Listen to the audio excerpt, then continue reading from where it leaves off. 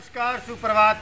आज पूरी media team हमारी जमुई में है और प्रीति बाला वर्सेस पुष्पांजलि हॉस्पिटल जमुई का एक एक खबरों का विश्लेषण हमारी पूरी मीडिया की टीम कर रही है। दर्शकों, लगातार आपने देखा कि हम लोगों ने एक अच्छा प्रयास किया और मैंने ठीक पहले भी कहा था, आज भी कहता हूँ कि दुनिया का कोई भी डॉक्टर नहीं चाहता कि हमारा पेशेंट का देहांत, हमारे पेशेंट की मौत। ऐसे में एक एक पहलू कहाँ से चूक हुई, 8 तारीख से लेके लड़की के डेथ तक हमारी मीडिया की टीम ने परिजन से भी जाकर बात किया।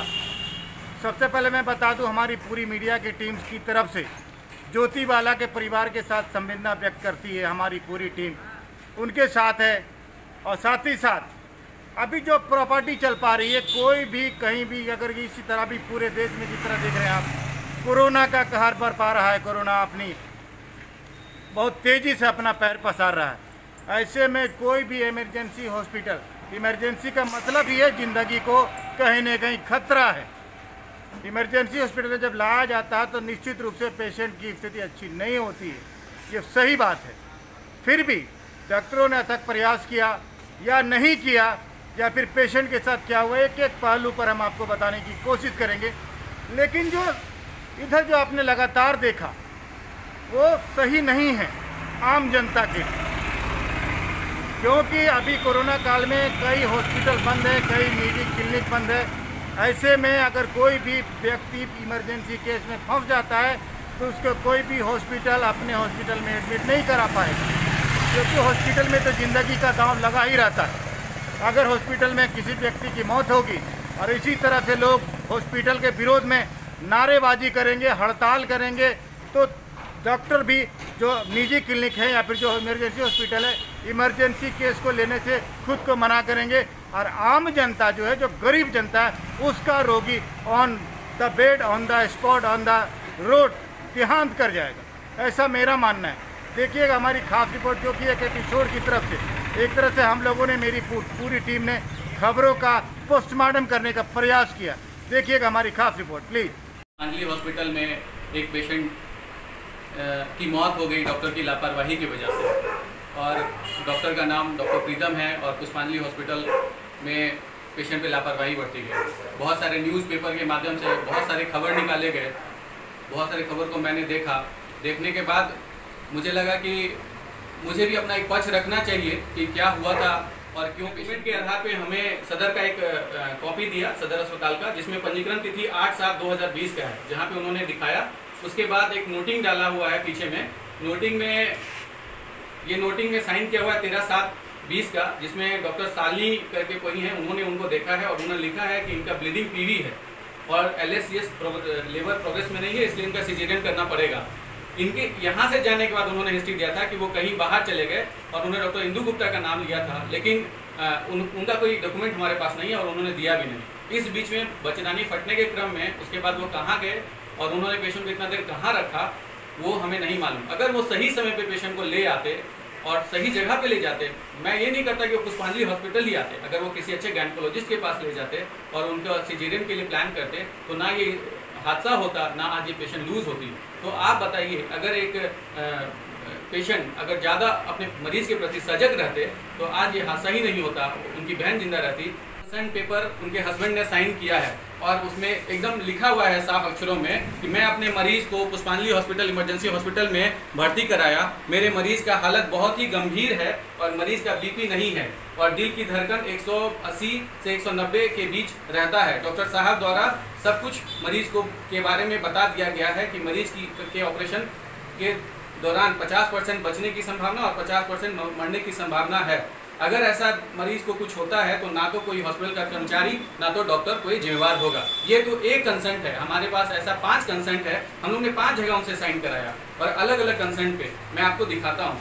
ये सर्जरी से पहले का कंसेंट है, जिसमें हम लोग ने कितने पैसा मांगा वो भी लिखा हुआ है। हम लोग ने 25,000 रुपया मांगा था उनसे, टोटल पैकेज था सर्जरी का, जिसमें 2 दिन का दवा और वो था, लेकिन पेशेंट की स्थिति बहुत नाजुक थी। उन्होंने बस 15,000 रुपया दिया और बोला कि डॉक्टर साहब ऑपरेशन कर दीजिए, मेरे पास पैसा नहीं है। और हम लोग ने बिना पैसा का डिमांड किया, ऑपरेशन प्रोसीड किया। आप सहमति पत्र कि हम लोग ने उनसे ये बताया कि आपका मरीज़ गंभीर है, आप उपचार के लिए हमको दे रहे हैं, अगर ऐसा कुछ स्थिति होता है तो उसको वेंटिलेटर पे भी डाला जा सकता है और उसकी मृत्यु भी हो सकती है। वो मार्च करके मुझे मानसिक तौर से परेशान किया। आप देख सकते हैं, अगर ऐसा स्थिति अगर हमेशा रहेगा तो कोई भी एक यंग डॉक्टर जो कि क्रिटिकल पेशेंट को देखता है वो कैसे मैनेज करेगा। क्या हम अपने दरवाजा से पेशेंट को लौटा दें? अगर लौटा देंगे तो मृत्यु दर क्या होगी? और हम अपने पास जब उनको भर्ती करके रखते हैं तो उसका मृत्यु दर कम से कम 10 पेशेंट में 6 पेशेंट तो हम बचा पाते हैं, किसी का घर तो हम बचा पाते हैं। इस पेशेंट का मैंने इसलिए बस ऑपरेशन के लिए सहमति जताई थी कि इनके पति ने बोला था, सर इसकी बच्ची छोटी है, इनको बचा दिए। ये सोच के मेरे दिल में इतना दया आया कि काश मैं इस पेशेंट को बचा दूं, और मैंने उस पर काम किया। नहीं तो मैंने इस पेशेंट के लिए डिनाई कर दिया था कि आप ले जाइए, इस पेशेंट के बचने का उम्मीद बहुत कम है, क्योंकि इनका हृदय गति जितना ज़्यादा है उसमें वो कभी भी कार्डियक अरेस्ट कर सकते हैं। एक नाम पे जो पॉलिटिक्स हो रहा है, जो उनके नाम पे साजिश हो रहा है, जो पॉलिटिक्स हो रहा है, हमको लगता है ये अच्छा नहीं है। जो जाना है, डॉक्टर के हाथ में हर चीज़ नहीं होता है। हम लोग ने बेस्ट किया और आगे भी करते रहेंगे, और हम लोग हारेंगे नहीं और ना ही रुकेंगे। पुष्पांजलि हॉस्पिटल आगे भी पेशेंट लेगा और पेशेंट का ट्रीटमेंट करेगा। उसके बाद फिर गवर्नमेंट हॉस्पिटल में गई, वहाँ से इनको रेफ़र कर दिया गया तो ये लोग फिर पुष्पांजलि हॉस्पिटल में आए। पुराने पेपर्स कुछ थे इनके पास, कुछ नहीं भी थे। तो जब हमारे पास वहाँ हॉस्पिटल में आए तो इनको ऑपरेशन किया गया, क्योंकि बच्चा जो है ऑलरेडी उस हालत में नहीं था कि, और पेशेंट खुद भी बहुत ज़्यादा सिक थी। सेकेंड डे जो है मुझे बुलाया गया कि पेशेंट को सीजर आ रहा है, मतलब दौरा पड़ रहा है। तो मैं जब गया तो फिर उनको सारा वो हिस्ट्री लिया, लेकिन ऐसा कोई वो हिस्ट्री दे नहीं पाए मुझे कि पुराना ओल्ड हिस्ट्री ऑफ हाइपरटेंशन या ऐसा कुछ भी, लेकिन उनको सीजर आया था, दौरा पड़ रहा था। तो उसके लिए हमने मेडिकली मैनेज किया और वो मैनेज हो भी गया। नमस्कार, मैं हूं कुमार नेहरू और आप देख रहे हैं जमुई टुडे। जैसा कि आप जानते हैं, विगत कुछ दिन पहले प्रीति बाला की सर्जरी के दौरान, ऑपरेशन के दौरान मौत हो गई थी। पटना रेफ़र किया था डॉक्टरों ने, वहाँ मौत हो गई थी, जैसा कि आप लोगों को सब सर्वविदित है। लेकिन कल पुष्पांजलि हॉस्पिटल के डॉक्टर प्रीतम ने प्रेस कॉन्फ्रेंस कर बताया कि मेरे ऊपर लगाए गए सारे आरोप बेबुनियाद हैं। तो आज जमुई टुडे की टीम पहुंची है प्रीति बाला के घर पे, और हम लोग उनके भाई से बात करेंगे, उनके परिजनों से बात करेंगे, और देखते हैं जो आरोप हॉस्पिटल ने लगाया उनके बारे में क्या जवाब देते हैं, क्या खंडन करते हैं। आइए बने रहिए हमारे साथ में और देखिए धर्मेंद्र कुमार के साथ कुमार नेहरू की पूरी रिपोर्ट। अभी हमारे साथ विवेक कुमार सिन्हा जुड़ रहे हैं, जो मृतक प्रीति बाला के भाई हैं। आइए उनसे बात करते हैं, और जो हॉस्पिटल ने कहा है कि मेरे ऊपर लगाए गए आरोप बेबुनियाद हैं, आइए बात करते हैं, देखिए क्या कहते हैं उस आरोप के ऊपर।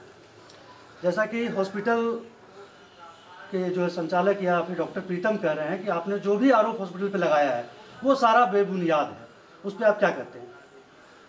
जैसे कि आप ये देख सकते हैं, वो हम उनका एक देख रहे थे कि 8-7 के रिपोर्ट के बारे में बोल रहे थे।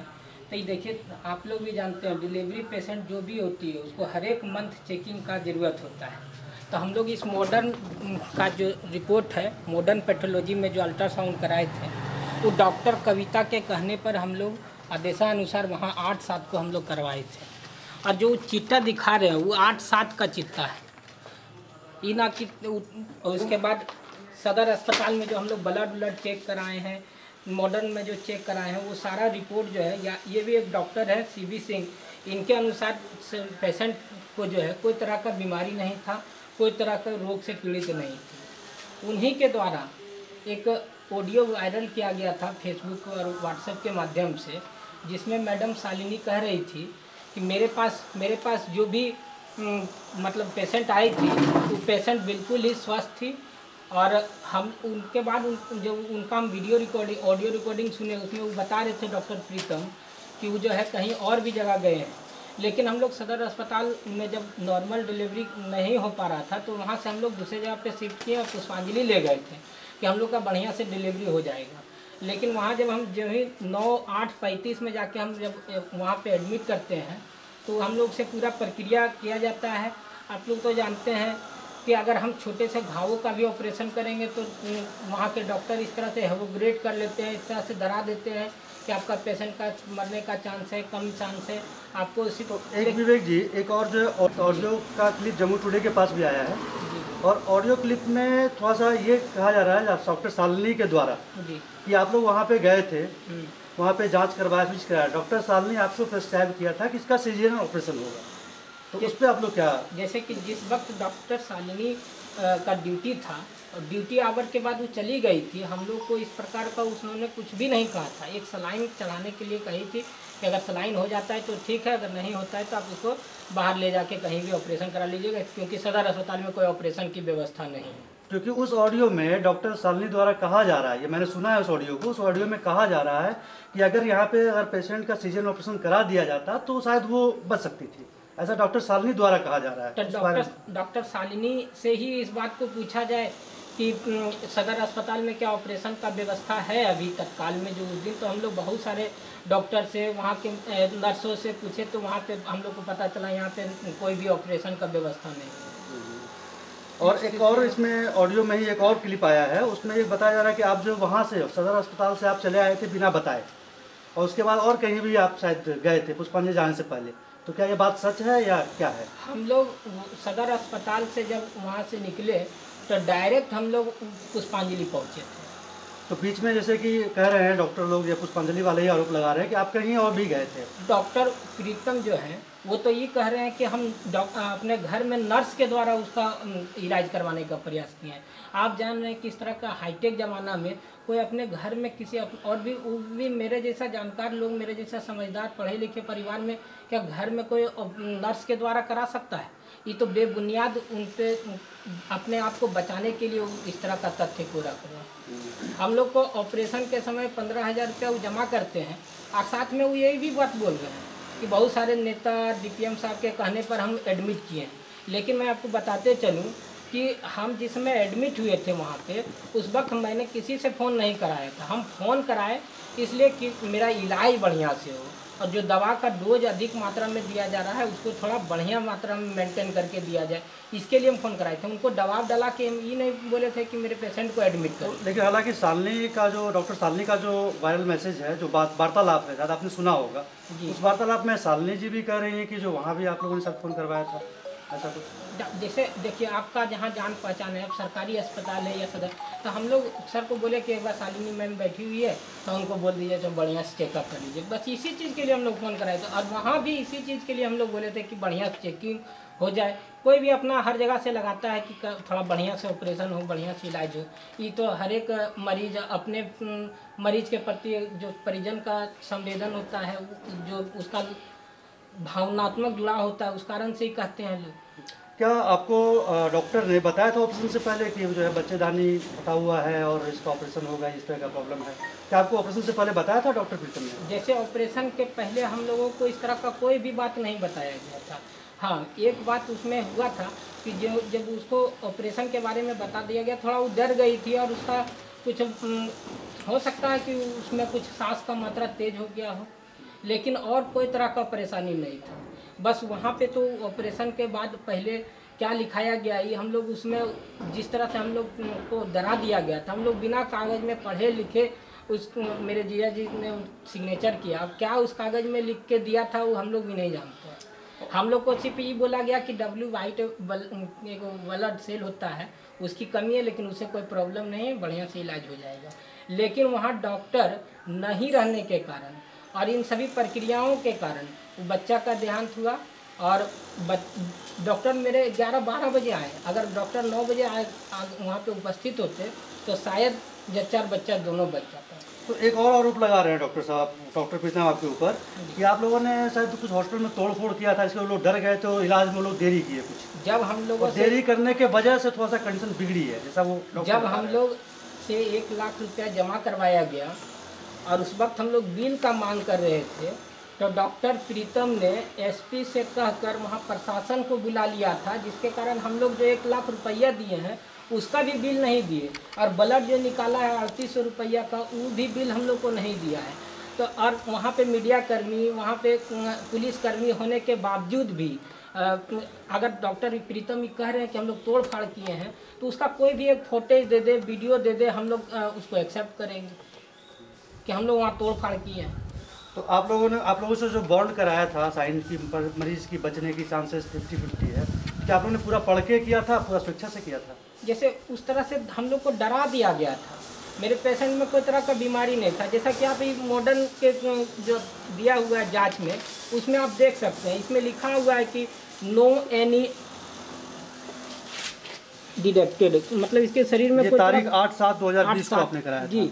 और यही 8/7 के बारे में वो बोल रहे हैं कि हम वहाँ पे इलाजरत में थे, इलाज कराने गए थे, और वो बोलते हैं 5 दिन हम गायब रहे। तो हम इलाज अपने बहन का जो प्रत्येक महीना में जांच होता है वो जांच कराना छोड़ देते हैं, और वही 8/7 के चिट्ठा को अपना आधार बना रहे हैं। अच्छा, फिर यहाँ से जब आप पटना ले गए इनको रेफर करा के, तो पटना में डॉक्टरों ने क्या कहा आपको? पटना में जब गए थे तब हम लोगों को वहाँ से पता चला कि उसका जो है किडनी ब्रेन डेड कर गया है, इसके स्थिति बहुत ख़राब हो गई है, रात तक की पेशेंट डेड कर जाएगी। हम लोग को यहाँ से वेंटिलेटर के सहारे ले गया गया था। देखिए मैक्सो हॉस्पिटल का रिपोर्ट है सारा, जिसमें सर ने बताया कि उसका चांसेज अब कम है और अब बच नहीं सकती है। यहाँ पे हम लोगों को ना ही कोई चिट्ठा दिया गया था, इस तरह का ना ही कोई चिट्ठा दिया, सिर्फ जांच का रिपोर्ट दिया जाता था और उससे पैसा लिया जाता था। जो जांच बाहर में 200 रुपये में होता, वो वहाँ 2500 रुपये के माध्यम से हम लोग को कराया जाता था। तो आपके पास जो पेमेंट दिया उसका रिसिप्ट आपके पास अवेलेबल है या नहीं है? जी, रिसिप्ट की कॉपी दिखाएंगे आप? दवाई का जो हम लोग का जी, दवाई के अलावा ऑपरेशन और इसके लिए दवाई तो देखिए नहीं, लेकिन आप दवाई तो सब जगह खरीद के देना ही पड़ता है। जो फीस के नाम पे क्या जमा कराए नहीं कराए, क्या फीस के नाम पे जो हम लोग को लास्ट में 1 लाख रुपया जमा कराया गया था, उसका हम लोग को बिल नहीं दिया गया, और ना ही ब्लड निकालने का बिल दिया गया। ये दवाई का बिल है 4 दिन का, और उसमें ऑपरेशन का भी एक बिल होगा। में कहा गया है कि आप सदर अस्पताल से निकलने के बाद डॉक्टर इंदु गुप्ता या कहीं और आप गए थे क्या? वहाँ सिर्फ सलाह लेने के लिए हम लोग गए थे कि क्या कैसी है पेशेंट, तो उन्होंने बोला कि थोड़ा सा ठीक है, लेकिन फिर भी आप पुष्पांजलि जैसे अस्पताल में ले जाइएगा तो आपको बढ़िया से इलाज हो जाएगा। मामले में हम इस मामले में यही चाहते हैं कि मेरी बेटी तो अब चली गई है, अब लौट करके नहीं आएगी, लेकिन ऐसा पुनरावृत्ति यहाँ नहीं हो, ताकि हमारे जैसे पिता पुनः इस तरह के मतलब हादसा से गुजरें। हम यही चाहेंगे कि इस तरह की हादसा पुनः यहाँ नहीं हो, जो इस तरह से मेरे जैसे पिता मतलब दुखी हों, और दुख में मतलब आज तक देखिए हम लोग आज तक घर से निकल नहीं पाए, कितने दुख है। तो इसलिए प्रशासन से आप जांच की मांग करते हैं? प्रशासन से हम लोग न्याय चाहते हैं, उचित न्याय हो, ताकि हमारी मृतक आत्मा को भी शांति मिले और हम सबको भी ऐसा लगे कि प्रशासन में कुछ दम है, कुछ न्याय बचा हुआ है। सदर अस्पताल से पुष्पांजलि हॉस्पिटल ले गए थे, तो उस दौरान आपकी बेटी की हालत कैसी थी? मेरी बेटी की हालत एकदम ठीक ही था, सदर अस्पताल में भी एकदम ठीक थी मेरी बेटी। तो वहाँ जाने के बाद डॉक्टर ने क्या बताया? वहाँ जाने के बाद तो डॉक्टर ने बताया क्या 2.5 है, हमारी बेटी बिल्कुल सही थी, डॉक्टर जान के इस तरह कर दिया है। मामले में मृतक के परिजनों ने जमुई थाना में एफआईआर दर्ज कराया है। एफआईआर का संख्या है 371/20। ठीक है, अब इस पे जो है जमुई थाना में मामला है। अब इस पर प्रशासन क्या जांच करता है और क्या जांच रिपोर्ट आता है, और इस पर एक निष्पक्ष जांच होनी चाहिए, और परिजनों का भी मांग है कि इस पर जांच होना चाहिए, ताकि इस तरह की परेशानी किसी और व्यक्ति के साथ ना आए। बने रहिए हमारे साथ में, और जैसे भी इस खबर से संबंधित अपडेट आता है हम आपको पल पल अपडेट देते रहेंगे। धर्मेंद्र कुमार के साथ कुमार नेहरू की पूरी रिपोर्ट।